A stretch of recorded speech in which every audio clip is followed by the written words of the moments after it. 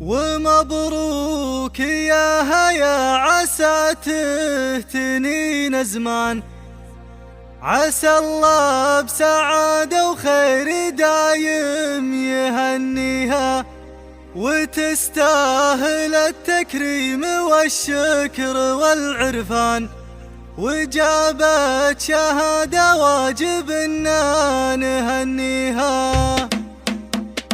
وهات البيوت اللي جزيلات من قيفان، هيا تستحق المدح وتزل معانيها. في يوم التخرج فرحة تغمر الوجدان، هذه يبرك الحزات واجمل لياليها. هيا عادل دايم وافيه ما تجيب نقصان، وجابت شهادتها بفخر ناجحة فيها. ومبروك ياها يا عسى تهتنين زمان، عسى الله بسعادة وخير دايم يهنيها، وتستاهل التكريم والشكر والعرفان، وجابت شهادة واجب إننا نهنيها. بجهد وجد وعزم يا قايد الغزلان، نجوم المعالي والله انك وصلتيها. هيا زين وطيب وفيها الحلا الوان، جميلة رزينة ذربة والثقل فيها. يا بنت الكريم الحر والوافي بليهان، نعم عادل اللي سيرته بفخر نظريها.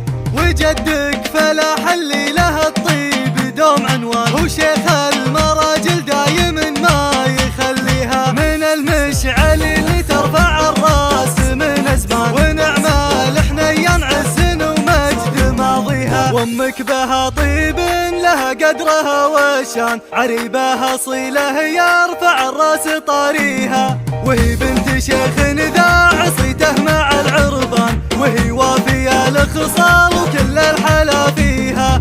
وهات البيوت اللي جزيلات من قيفان، هيا تستحق المدح وتزل معانيها. في يوم التخرج فرحة تغمر الوجدان، هذه يبرك الحزات واجمل لياليها. هيا عادل دايم وافيه ما تجيب نقصان، وجابت شهادتها بفخر ناجحة فيها. ومبروك ياها يا عسى تهتنين زمان، عسى الله بسعادة وخير دايم يهنيها، وتستاهل التكريم والشكر والعرفان، وجابت شهادة واجب إننا نهنيها. بجهد وجد وعزم يا قايد الغزلان، نجوم المعالي والله انك وصلتيها. هيا زين وطيب وفيها الحلا الوان، جميلة رزينة ذربة والثقل فيها. يا بنت الكريم الحر والوافي بليهان، نعم عادل اللي سيرته بفخر نظريها.